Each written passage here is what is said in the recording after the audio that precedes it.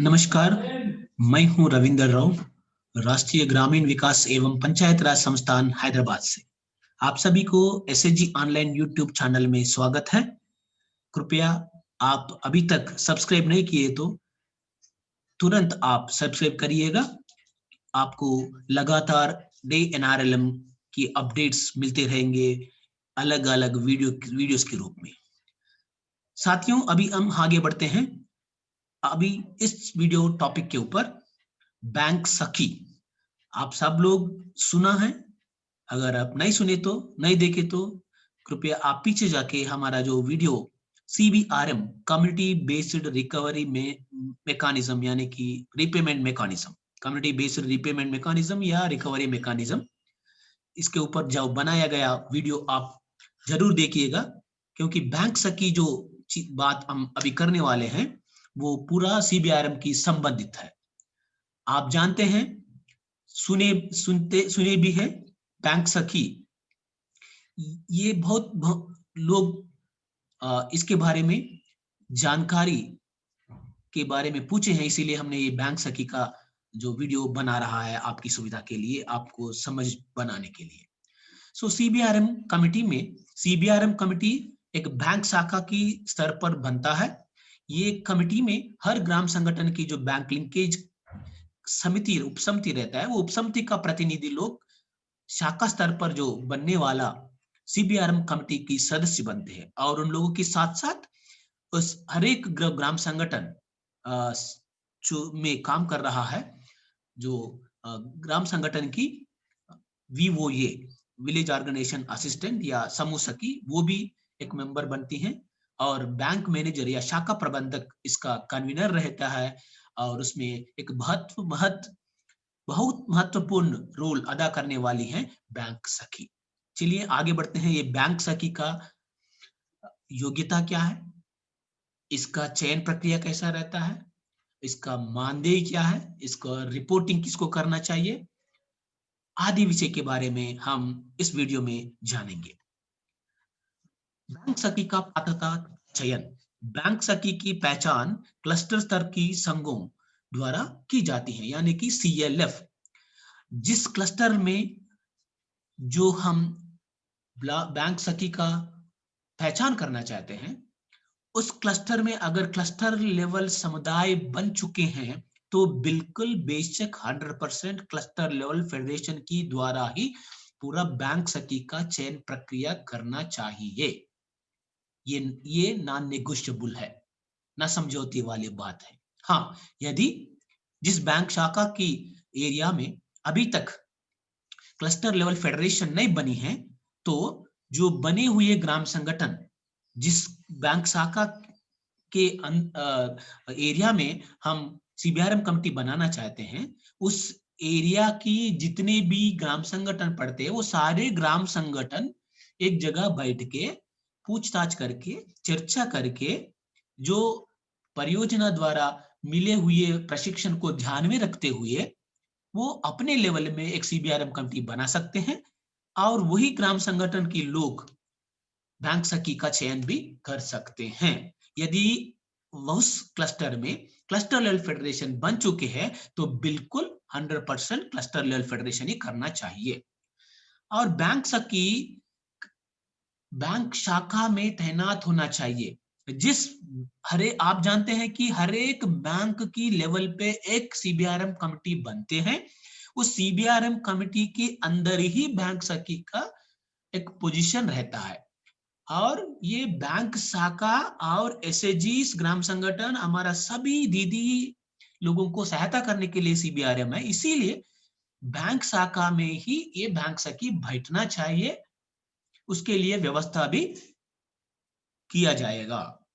हाँ, ये बैंक सखी का चयन प्रक्रिया में पात्रता क्या होता है, योग्यता क्या होता है बैंक सखी के लिए। महिला होना चाहिए, सखी, आप नाम सुनते ही पता होगा, सखी होना चाहिए, मतलब 100%। ये ना समझौता वाला बात है, कोई भैया को हम बैंक सखी के रूप में नहीं रखना चाहिए। आप जानते हैं, क्योंकि सभी SHG का महिला, ग्राम संगठन की महिला, हमारे सभी कैडर्स निरंतर बैंक से लेन देन करने के लिए जाते रहते हैं, इसीलिए उन लोगों में कोई झिझक नहीं रहना चाहिए। आसानी से वो लोग बैंक सखी का सेवा प्राप्त करना चाहिए। बैंक सखी भी उन लोगों से एक अच्छी तरह से सहयोग करना है तो बिल्कुल ये महिला होना चाहिए। दूसरा कंडीशन है 18 वर्ष से अधिक होना चाहिए, क्योंकि आप जानते हैं 18 वर्ष से पहले है तो उसको बाल मजदूर कहा जाता है। हम बाल मजदूरी का विरोध काम करते हैं, इसीलिए जो पढ़ने वाले बच्चों को, लड़का या लड़की को लेके आके हम इसमें नहीं रखना चाहिए। मिनिमम 18 वर्ष का उम्र रहना चाहिए और कम से कम न्यूनतम 10वीं कक्षा पूर्ति करके रहना चाहिए। आप जानते हैं बैंक में बहुत सारा जो प्रपत्र लिखना पड़ता है, अंकेक्षण भी करना पड़ता है, रिपोर्ट्स भी तैयार करना पड़ता है और अलग-अलग तरीके की जो लोगों से बातचीत करना पड़ता है। इसीलिए कम से कम 10वीं कक्षा महिला को रहना चाहिए। उससे ज़्यादा भी रहेंगे तो बहुत अच्छा है, लेकिन 10वीं कक्षा मिनिमम तो रहना ज़रूरी है। और वो 100% एसएचजी का सदस्य होना चाहिए, क्योंकि हमारा काम ही एसएचजी लोगों को सहायता करने के लिए है और हमारा सोच भी एसएचजी में जो जुड़े हुई महिलाओं का गरीबी दूर करना है। इसीलिए जो भी हमारा परियोजना के दौरान मौका मिलता है, सभी मौका, नॉट ओनली ये बैंक सखी का अपॉर्चुनिटी, जो भी मौका मिलता है वो 100% हमारा एसएचजी का मेंबर्स को मिलना चाहिए। जब कोई भी अगर हमारा एसएचजी में सदस्य ऐसा योग्य नहीं है, तब हम सोचेंगे बाहर के व्यक्ति को देने के लिए। इसीलिए 100% एसएचजी का मेंबर होना चाहिए। और नेक्स्ट देखा जाए तो बैंक सेवा क्षेत्र की निवासी होना चाहिए। जिस एरिया में एरिया को जो सेवा दे रहे बैंक, उस एरिया के अंदर कम से कम 8-10 गांव या 12-14-15 गांव पड़ता होगा, उन्हीं सर्विस एरिया की निवासी होना जरूरी है। कोई दूसरी एरिया से लेके नहीं आना चाहिए, क्योंकि वो बहुत दूर रहता है और उनको जानकारी भी ज्यादा इस क्लस्टर के बारे में पता नहीं चलेगा। और इसीलिए एक तालमेल बनना एसएचजी दीदी लोगों से साथ, वीओ दीदी लोगों का और स्टाफ की बीच में एक तालमेल बनना बहुत दिक्कत होता है और दीदी को आने जाने में भी बहुत समय खराब होता है। इसीलिए उसी क्लस्टर की निवासी होना चाहिए और मौजूदा कार्यकर्ताओं को प्राथमिकता दी जानी चाहिए। हमारा जो एनआरएलएम के अंदर अलग अलग तरीके की जो सीआरपी को हमने बनाया है, विद तो जो फाइनेंशियल इंक्लूजन का सीआरपी है, जो हमारा जो एसएचजी बनाने का सीआरपी है, आईसीआरपी इंटरन मतलब पीआरपी है, सीनियर सीआरपी है, तो मतलब सक्रिय महिला है, एक्टिव वुमेन, अलग अलग तरीके के नाम से बहुत सारे कैडर्स काम कर रहा है। उन लोगों को अगर वो ये काम करने के लिए सहमत है, अगर वो अपना आवेदन पत्र देता है तो बिल्कुल कार्यकर्ता है तो उनको प्राथमिकता बाकी लोगों से इनको मिलना चाहिए, क्योंकि उनको अलग अलग तरीके के प्रशिक्षण मिलके रहता है। एसएचजी के बारे में, हमारा पूरा इंस्टीट्यूशंस के बारे में उनको पता चलेगा, इसीलिए हमारा काम आसान हो जाएगा। वो दीदी को भी बहुत सारे परिचय भी रहता है क्लस्टर की दीदियों लोगों के साथ, इसीलिए लोगों को, कैडर को जरूर प्राथमिकता देना चाहिए। आगे बढ़ते हैं, चयन प्रक्रिया बैंक सखी का कैसा होता है। तो सीएलएफ को अपने मासिक ईसी मीटिंग के दौरान बैंक सखी पहचान प्रक्रिया के बारे में चर्चा करनी चाहिए। आप जानते हैं सीएलएफ इज द सुप्रीम और decision making body in the cluster. जो भी निर्णय लेना है तो उस क्लस्टर स्तरीय संगठन जरूर उसको एक मुद्दा जैसा अपना एजेंडा में रख के इसी सदस्यों से बातचीत करके, चर्चा करके आगे बढ़ना चाहिए। इसीलिए ये बैंक सखी का चयन प्रक्रिया के बारे में भी मंथली इसी मीटिंग में एक एजेंडा बिंदु रख के उसके ऊपर चर्चा करना जरूरी है। दूसरा, और सीएलएफ के बैंक सखी को चयन के संबंध में प्रस्ताव पारित करना चाहिए। बिल्कुल ये जरूर होना चाहिए, चर्चा करके छोड़ना नहीं। चर्चा करने के बाद सभी की सहमति से, सभी से आदान प्रदान करने के बाद फलाना बैंक में, शाखा में हम सीबीआरएम कमेटी बनाना चाहिए और वो सीबीआरएम की कमेटी के अंदर अंदर एक महिला को सक्रिय महिला जैसा नियुक्त करना चाहिए करके एक प्रस्ताव करना जरूरी है। और प्रस्ताव करने के बाद ही आगे बढ़ना चाहिए। सीएलएफ चयन प्रक्रिया को अंतिम रूप देना चाहिए और संबंधित विवोस को सूचित करना चाहिए। मतलब कोई भी कार्यकर्ता को हम चयन करना है तो एक चयन प्रक्रिया रहता है। वो चयन प्रक्रिया क्या होता है, क्या हम आवेदन पत्र कब से कब तक ले लेंगे, उसका योग्यता क्या होना चाहिए, जो हमने योग्यता ऊपर जो बात किया है वो सारे वो योग्यता को बारे में चर्चा होना चाहिए। और क्या हम रिटन टेस्ट रखेंगे, क्या इंटरव्यू रखेंगे, क्या अगर रिटन टेस्ट है तो कितना मार्क्स के लिए रखेंगे, कौन सा हम सब्जेक्ट उसमें रखेंगे, या इंटरव्यू करना है तो उसमें कमिटी में कौन कौन मेंबर रहेगा, आदि विषय के बारे में पूरा सिलेक्शन प्रोसेस जिसे बोला जाता है उसको तय करना चाहिए इसी मीटिंग में। और तय करने के बाद उसको पारित किया जाना चाहिए। आफ्टर उसके बाद जो संबंधित एरिया की जो ग्राम संगठन रहता है, वो सारे ग्राम संगठनों को सूचित करना है कि आप जाके अपना अपना ग्राम संगठन और एसएचजीस को इसके बारे में जानकारी देने के लिए बताना चाहिए, आदेश देना चाहिए। और सब वीओस एसएचजीस को सूचित करना चाहिए और योग्य उम्मीदवारों को आवेदन करने के लिए प्रोत्साहित करना चाहिए। जैसे ऊपर की काम होने के बाद जो विलेज ऑर्गेनाइजेशन अपना गांव में जाके अपना वीओ का बैठक में ये सीबीआरएम कमेटी के बारे में और उसमें जो बैंक सखी का जिम्मेदारी के बारे में और वो पोजीशन को अप्लाई करने के लिए योग्यता के बारे में और जो आवेदन पत्र दाखिल करने का जो लास्ट डेट के अंतिम दिनांक का जानकारी पूरा एसएचजीस को देना चाहिए। अगर मीटिंग उस संदर्भ में नहीं है तो स्पेशल मीटिंग भी बुला सकते हैं, नहीं तो अपना कार्यकर्ताओं के द्वारा सब कमेटी उपसमितियों के द्वारा सभी एसएचजी तक ये जानकारी प्रदान करना चाहिए और जो भी उम्मीदवार योग्य उम्मीदवार है तो उन लोगों को अपना एप्लीकेशन दर्ज करने के लिए प्रोत्साहन करना जरूरी है। आवेदन की प्राप्ति के बाद सीएलएफ को परियोजना कर्मचारियों की मदद से चयन प्रक्रिया का संचालन करना चाहिए। जैसे एक अंतिम दिनांक रखते हैं जो सिलेक्शन प्रोसेस में उसका बीच में जितने भी लोग अपना एप्लीकेशन देते हैं, देने के बाद वो डेट कंप्लीट होने के बाद क्या करना है, जो स्टाफ रहता है वहां पे वो स्टाफ की सहायता से हमारा जो एनआरएलएम की स्टाफ की सहायता से वहां की जो ऑफिस बेरर्स जो हमारा सीएलएफ लेवल पे रहता है वो लोग ये सिलेक्शन प्रोसेस को आगे बढ़ना चाहिए। चयन प्रक्रिया पूरा पारदर्शी होना चाहिए क्योंकि ट्रांसपेरेंट बोला जाता है, मतलब हर एक कदम पे जैसे जो हमने तय किया है सीबीआरएम कमेटी बनाने के बाद के बारे में, देन चयन प्रक्रिया के बारे में, उसमें कितने खड़ी रहता है, योग्यता क्या है, दिनांक कब तक है, ये सारे चीज के बारे में हर एक समय पे पारदर्शिता बना के रखना चाहिए। ये जिम्मेदारी है सीएलएफ ओबी का और स्टाफ का। और चयनित उम्मीदवार को भूमिका और जिम्मेदारियों का एक प्रशिक्षण देना चाहिए। हम बहुत सारे कार्यकर्ता को सिलेक्शन करते हैं, सिलेक्शन करने के बाद उन लोगों को उनका भूमिका और जिम्मेदारी के बारे में बिल्कुल हम प्रशिक्षण देते हैं। वैसे हमारा जो फाइनेंशियल इंक्लूजन का मैनेजर की द्वारा नहीं तो हमारा जो बीपीएम्स की द्वारा जो भी मौजूदा स्टाफ है वहां पे उन लोगों की द्वारा जो चयनित चिन्हांकित बैंक सखी को एक बढ़िया सा प्रशिक्षण उनका भूमिका और जिम्मेदारी के बारे में देना चाहिए, उसका सारे डाउट्स क्लियर करना चाहिए, उनको एक ऐसी लायक बनाना चाहिए कि आराम से वो बैंक सखी का काम निभाने की स्थिति में वो महिला रहना चाहिए। वैसा प्रशिक्षण जरूर देना चाहिए। ध्यान रखिएगा जितना बढ़िया प्रशिक्षण हम देते हैं उतना अच्छा काम वो महिला कर सकती है। अगर हमारा प्रशिक्षण में गलती है तो वो महिला काम करना बहुत दिक्कत होता है, इसीलिए आपका प्रशिक्षण बेहतरीन होना चाहिए।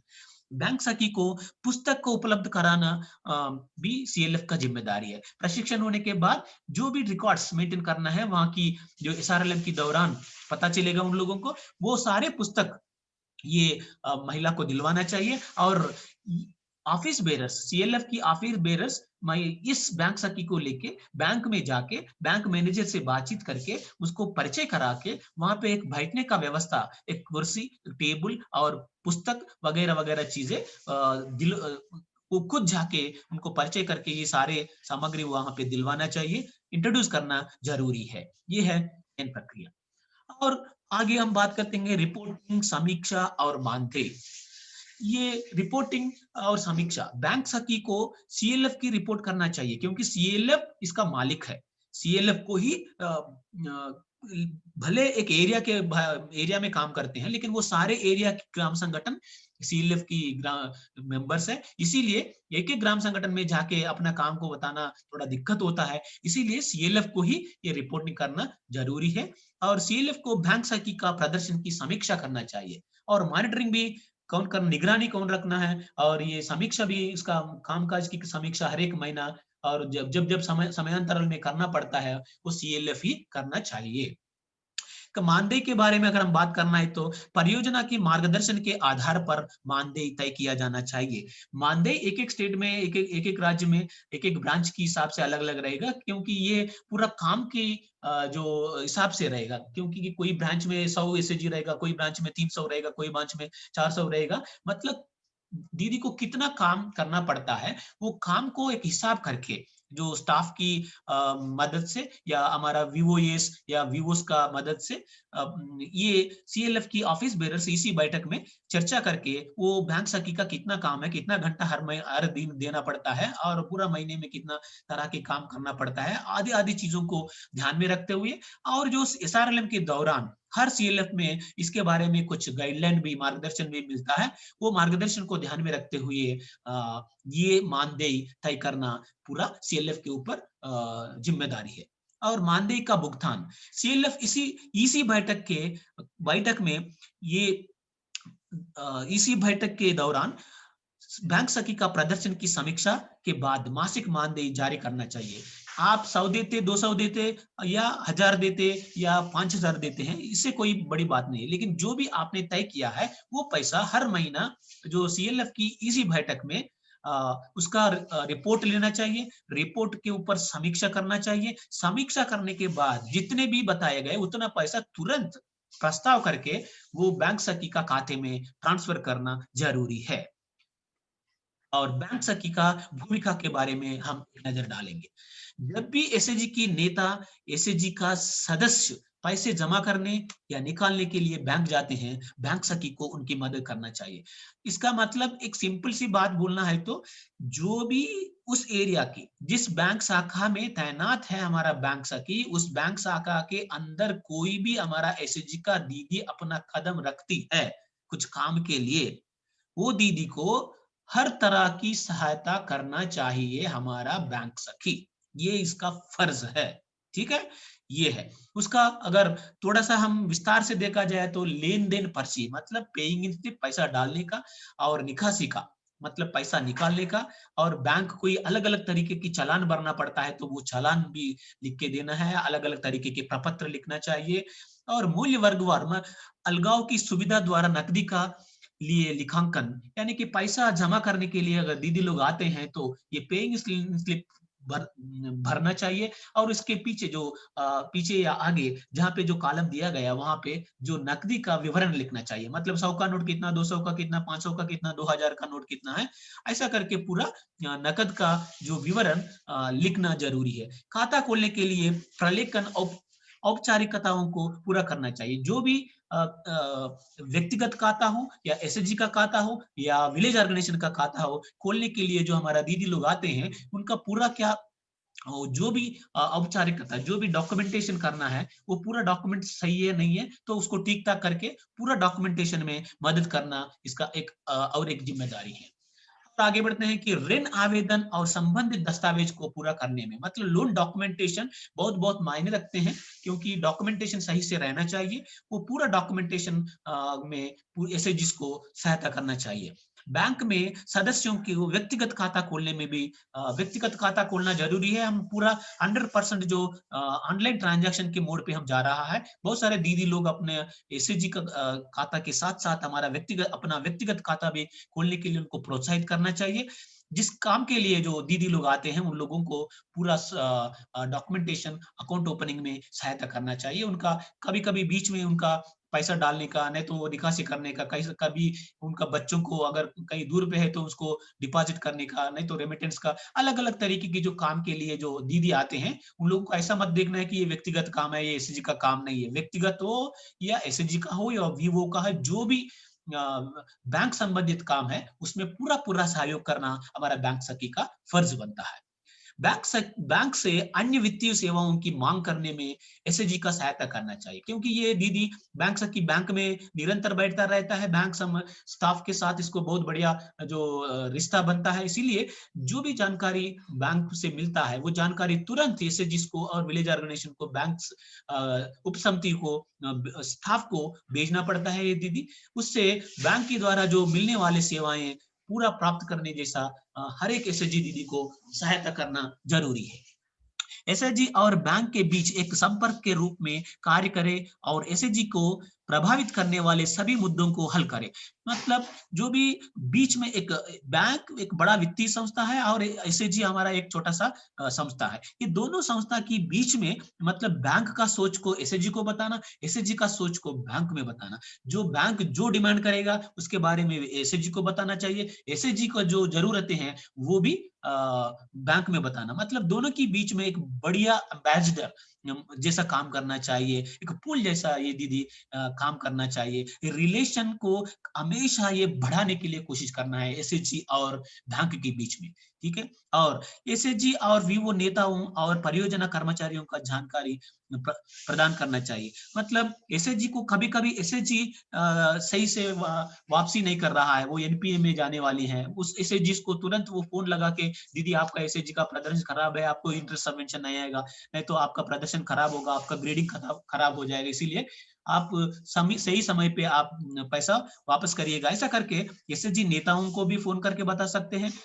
नहीं तो ग्राम संगठन में जो बने हुए बैंक लिंकेज कमिटी को भी जानकारी दे सकते हैं, वीओ ओबी को भी दे सकते हैं और जो कैडर काम कर रहे हैं कैडर को भी दे सकते हैं और हमारा जो परियोजना का स्टाफ काम करते हैं उनको भी बता सकते हैं। मतलब अलग-अलग व्यक्तियों से जो समाचार को जरूर देते रहना चाहिए। ये एक इसका एक फर्ज बनता है कि हमारा कोई भी एसएचजी कभी भी एनपीए में ना पड़े, कभी भी एसएचजी अपना बचत ना कर रहे जैसा रहे, कभी भी एसएचजी अपना पैसा ज्यादा उसमें रख के आइडल फंड को मेंटेन करे और ऐसी बहुत सारे जानकारी जो एक चेतावनी जैसा पहले-पहले देते रहना चाहिए ये दीदी।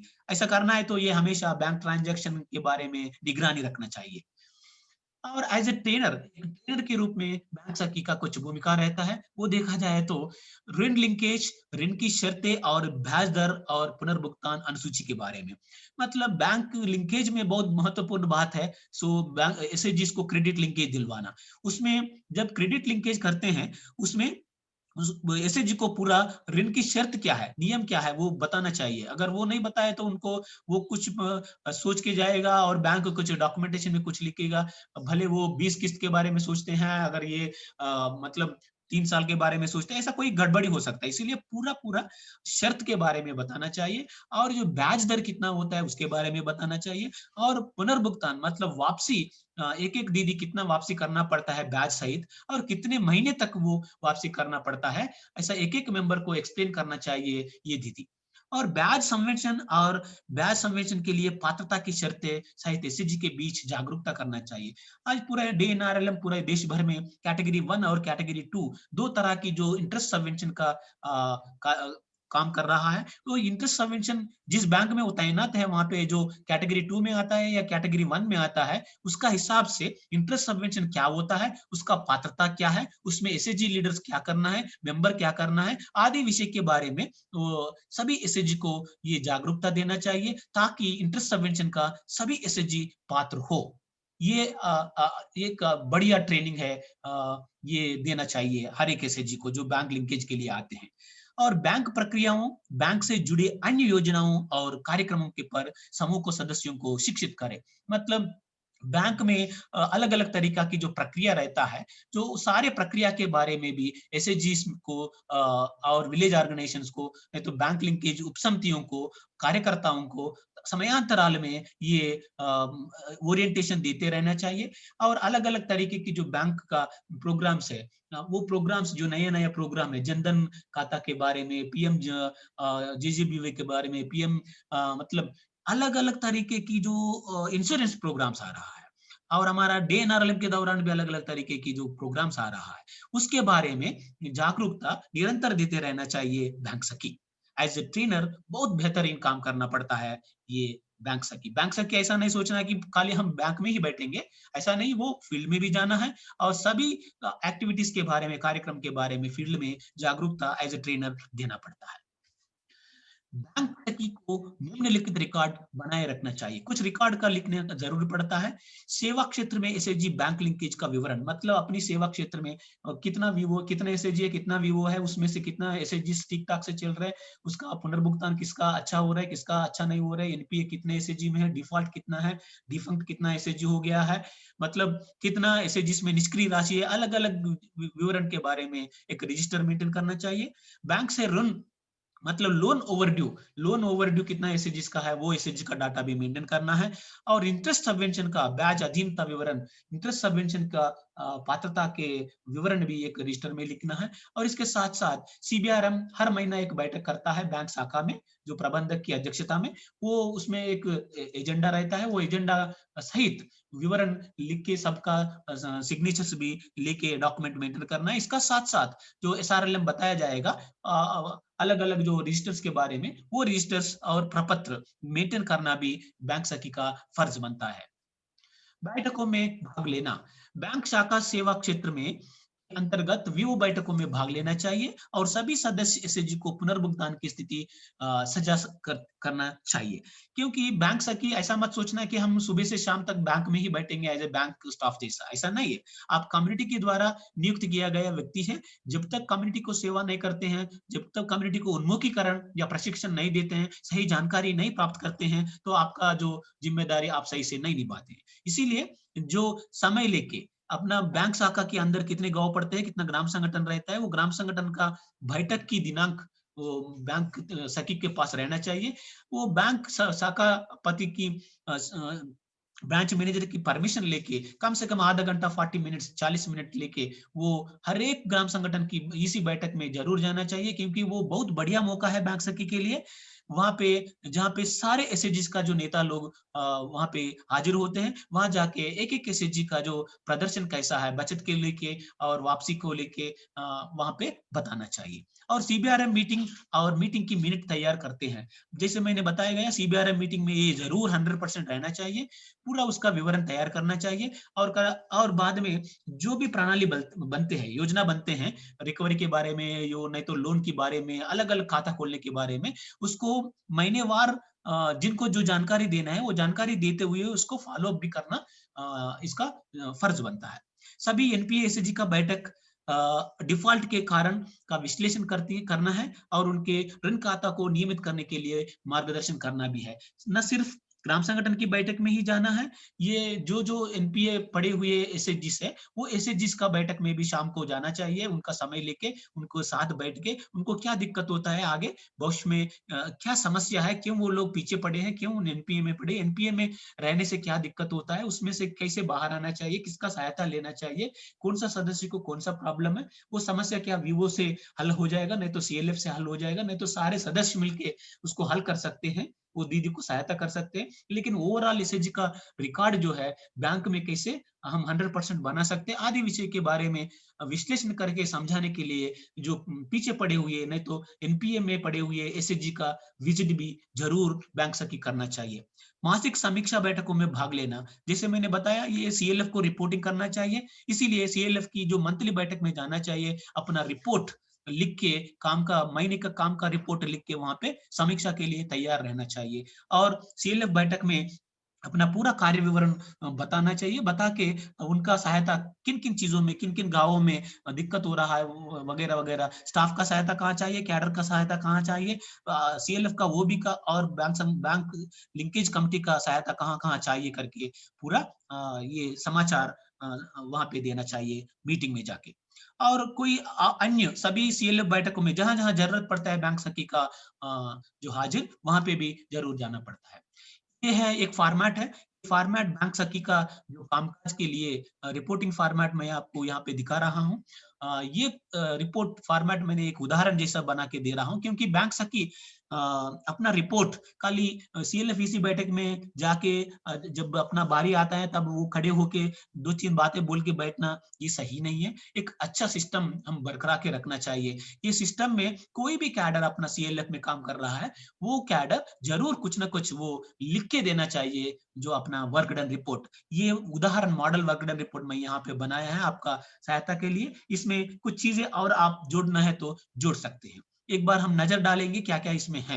ये प्रपत्र जो मैं यहाँ पे दिखा रहा हूँ, ये जरूर बैंक सखी तैयार करके फिलअप करके ये हाथ में लेके जाके सीएलएफ की बैठक में अपना एजेंडा जब आता है तब खड़े होके बैंक ये पढ़ के सुनाना है और इसके ऊपर समीक्षा करवाना है। बाद में ये वहां पे दर्ज करके ये आना जरूरी है। एक नजर डालते हैं। बैंक सखी का नाम क्या है, बैंक की शाखा का नाम क्या है, बैंक शाखा में एसएचजी का संख्या कितना है, शाखा में वीवोस का संख्या कितना है, जो कार्य दिवसों की संख्या मतलब उस महीने में पिछले महीने में कितना वर्किंग डेज है और उसमें उपस्थिति हुई है दिनांक संख्या कितना है दिन ये हाजिर हुआ है। नए खाता कितना खोले हैं, उसमें से एसएचजी का खाते कितने हैं, वीवो का खाते कितने हैं और इंडिविजुअल महिलाओं का खाता कितने खोले हैं। और नया ऋण या फ्रेश लिंकेज कितना एसएचजी को दिया गया है और ऋण नवीकरण मतलब जो रिन्यूअल एसएचजी का रिन्यूअल लोन रिन्यूअल कितना एसएचजी को किया गया है उसका संख्या और वापसी का प्रतिशत पिछले महीने कितना रहा परसेंटेज लिखना चाहिए और एनपीए के अंतर्गत आती एसएचजी का संख्या कितना है और बाद में नंबर ऑफ एसएचजीस का दौरा किया मतलब कितना एसएचजी जो समस्यात्मक एसएचजीस है उसमें जाने के लिए हमने बताया है ऐसा कितना एसएचजीस में वो गए हैं, कौन सा वीओ में कौन सा गांव में गए हैं। और नंबर ऑफ एसएचजी के पास निष्क्रिय फंड है मतलब आइडल फंड मतलब 1000 से ज्यादा अगर फंड कितना एसएचजीस में है तो अगर वो वहां कोई नियम रहता है सीएलएफ में कितना फंड रखे तो वो आइडल फंड माना जाता है, वो उस नियम के हिसाब से देखा जाए तो कितना एसएचजीस में ऐसी आइडल फंड है और कितने वीवोस में निष्क्रिय फंड ऐसा है, 1 लाख 2 लाख 3 लाख ऐसा पड़ा हुआ है वीवोस कितना है उसका संख्या बताना चाहिए। और जो एमसीपी तैयार करके ब्रांच में आ रहा है हर एमसीपी को देखने का जब डॉक्यूमेंटेशन की वक्त में वो एमसीपी को देखने का मौका दीदी को मिलता है, इसीलिए वो एमसीपी का क्वालिटी कैसा है इसके बारे में भी ये सूचित करना जरूरी है।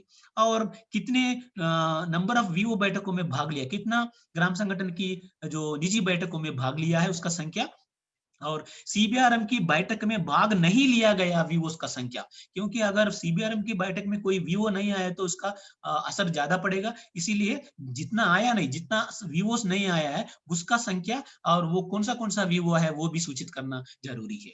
और एसएचजी के अनियमित बचत खाते ये भी एक जरूर देने वाला बात है, अगर 100 एसएचजी अकाउंट है तो उसमें से कितना एसएचजी अपना मंथली जो सेविंग उसमें डिपॉजिट कर रहा है वो भी देखना है। कोई एसएचजी 2-3 महीने से अगर ऐसे अपना बचत नहीं दे रहा है इसका मतलब कुछ ना कुछ वहां पे प्रॉब्लम हो रहा है, उसके बारे में स्टाफ को और सीएलएफ को वीवो को जानकारी देना जरूरी है। सर जानकारी देना है तो ये कॉलम जरूर यहाँ पे रखना चाहिए।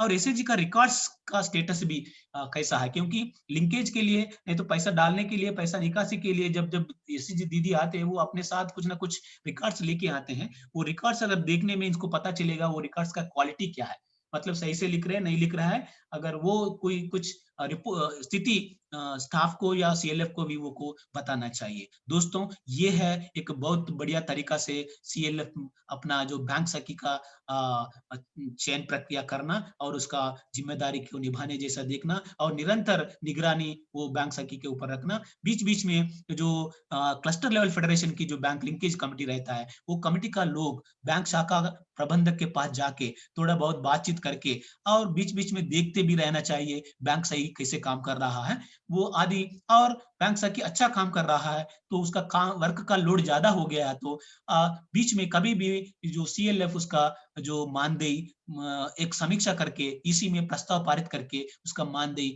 बढ़ा सकते हैं और उसको निकालने के भी मतलब कोई चयनित किए गए बैंक सखी सही से काम नहीं कर रहा है तो उसको चेतावनी देना चाहिए, अगर फिर भी वो काम सही से नहीं कर रहा है तो उसको इसी में प्रस्ताव पारित करके उन लोगों को निकालने का भी जो जिम्मेदारी है सीएलएफ में रहता है।